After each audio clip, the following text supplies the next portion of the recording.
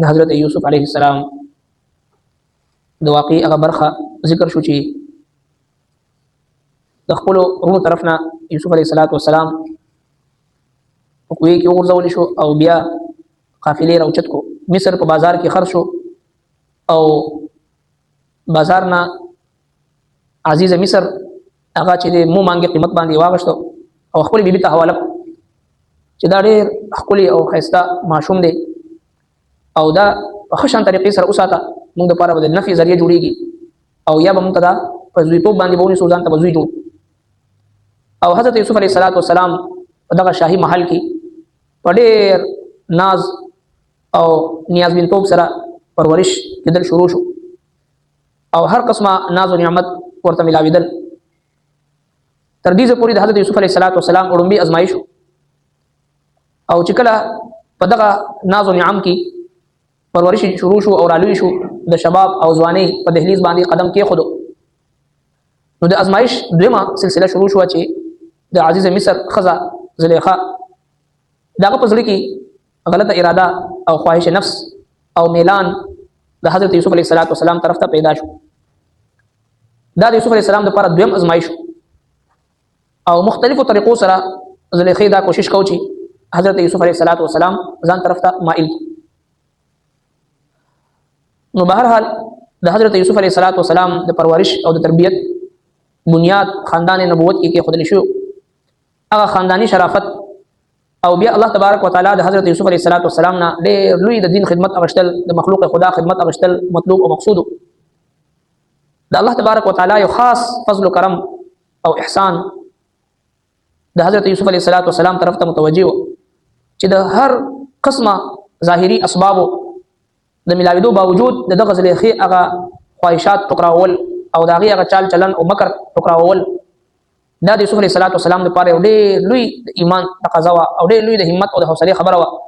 چې په وجود کې قوت او طاقت مشته شباب او ځواني مشته حسن او جمال مشته مال او دولت مشته هر قسمه خوراک اسکا مشته هر قسم عزت او تکریم مشته او شاهي محل کې یو شاهي پروتوکول سره جون تیریږي لګیا دی او دغه شانتي خواهش نفس هم شته بشري تقاضا هم ده او بل طرف ته د هر قسمه د خواهش د پوره کولو ماحول مرته برابر دی د دې هر څه باوجود دغه د شیطان او د دې زنانه هغه مکر ټکراول دا ډېر لوی ایمان وختو الله تبارک وتعالى حضرت یوسف علیه السلام په دې ازمایش کې هم کامیاب مختلفو طریقو سره دې کوشش کوي چې یوسف علیه السلام خپل ځان طرف ته مایل کی خپل حسن او جمال ورته خودل او مختلف اشاری کنایه ورته کول په هر څه کې یوسف علیه السلام دا غینه متاثر نشو نو بالاخر زلیخا په دې باندې مجبور شو چې دا ټول دروازې بند کړي او ورته وی چې راشه زما خواهش نفس دا پوره کړ د حضرت یوسف علیه السلام جبنا دا کلمات ادا شو چې معاذ الله پناه دی الله جل شانه زه څنګه داسې حرکت وکم چې کوم آقا زه پړې خپل انداز سره په خپل کور کې پللې ما پرورش کړې ده نن دا سره څنګه غداری او خیانت وکم چې دا بیبي ته په غلط نیت باندې لاس لګوم یا غلط نظر باندې وګورم معاذ الله د الله جل شانه پناه غواړم او هغه ځکه زما آقا دی مالک دی هغه خو دې خان داس زما پرورش کړی دی نو ځکه چې دا ظلم وکم چې هم ظالم انسان چې د افلاح نبی امو نو دې زلیخي د حضرت یوسف علیه السلام مبارک یو اراده وکړه چې ځان ته مایل کم او په ګناه کې مبتلا کم د قشان د یوسف علیه السلام په ځل کې یو نیت پیدا شو چې څنګه د شر نه او د مکر نه او د دې جال نه ځان بچ کم الله رب کائنات پدې کې خپل یو برهان یو حجت یو دلیل ورته وخو یوسف علیه السلام ته او دغه ګناه نه بچ دغه فحاشی او بهای نه بچ ځکه الله تبارک وتعالى فرمایي چې دا زما د خاص بندگان نو دا ما ځان لپاره خاص کړو الله رب العالمین چې کوم بندگان ځان له خاص کاغه انبیاء کرام دي کاغه صحابه کرام دي کاغه تابعین تبع تابعین اولیاء کرام دي اولیاء الله دي نیکان صالحان پیران او بزرگان دي الله تبارک وتعالى چې چاله خپل ځان لپاره خاص کی حدیث پاک کې راځي دوه جهان سردار مبارک فرمایي رب کائنات چې کله یو بنده سره محبت وکي بیا داغه د ګناهونو داسې حفاظت کوي څنګه چې تاسو د خپل د بیمار حفاظت د اوبو نه کوي چې کله هغه ته اوبو دغه پر نقصان دی نو هر سړی دا کوشش کوي چې قطره اوبو هم په بیمار باندې ورنشي د قشانتي الله رب العالمین چې چا سره محبت وکینو د ګناهونو دغه داسې حفاظت کوي څنګه چې تاسو د خپل د بیمار حفاظت د اوبو نه کوي نو الله تبارک وتعالى د انبیاء کرام حفاظت د صحابه کرام حفاظت د اولیاء کرام حفاظت په دغه انداز سره کوي نو فرمایي چې دا زما د خاص بندگانو ځکه ما د حفاظت الله تبارک وتعالى فرمایي وراودته التي او اغلى والغختل دي یوسف علیہ السلام التي اخذي مراوده وي مختلف بهانو سره خپل ځان طرف ته مایل کول ته مراوده یعنی مختلف طور طریقې حیلي حوالی مکر چال چلن چې دا مانه متاثر شي او زما د جسم نمایش نه زما چال چلن نه متاثر شي او ما ته مایل شي دې ته مراوده وي وراودته اغلول غختل دوکه ورکول غختل التي اخذي هو في بيتها چې هغه کور داږي کې عن نفسه د نفس د حفاظتنا د یوسف علی السلام د نفس د حفاظتنا اغلوي او دوکه او ځان ته مایل وغلقت الابواب چې کله پدې کې کامیاب نشو وغلقت الابواب او هغه بند کړې دروازې ابواب باب دروازې ته وقالت او ویل دي خزي هيت لك دخو تراشه دروازې بند کړې او ته راځه قال دوی معاذ الله پناه غواړم د الله انه ربي بشک زما مالک چې احسن مثوایا هغه په خشان ساتلم زه ستاسو کوم خاوند دی زما آقا دی زما مالک دی خشان په ستا په کور کې زما پرورش کړی دی نو هغه سره خیانت څنګه وکم انه لا يفلح الظالمون بشک نه کامیابیږي ظالمان خلق دا خو ظلم دی هغه ما سره احسان کړی دی هل جزاء الاحسان الا الاحسان د احسان بدله احسان دی دا چې یو پیغمبر سره ته ونرسي نو څوک به ورسي ولقد همت به او بشک اراده وکړه خزي به یوسف علیہ السلام طرف وهم بها او اراده کړې و دیتا یوسف علیہ السلام به هم اراده کړې و دی بیبي طرف ته دی زلیخی طرف ته لولا ارى برهان ربي کچری نوې کتل دی دلیل د خپل رب یوسف علیہ السلام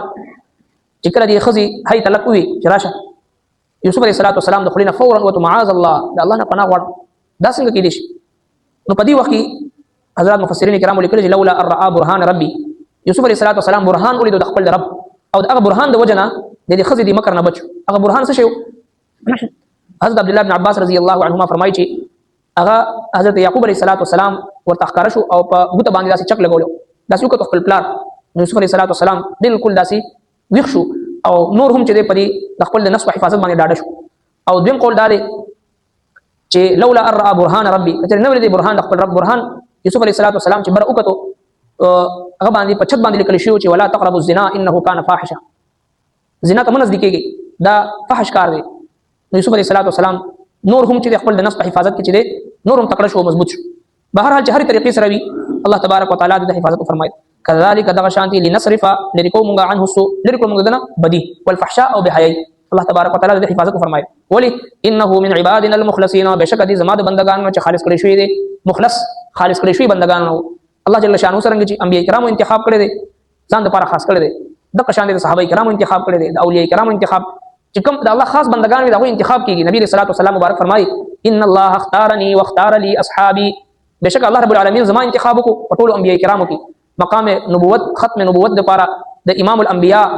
د منصب د پاره زما انتخاب کو او زما د پاره زما د صحابه کرامو انتخاب نو بهذا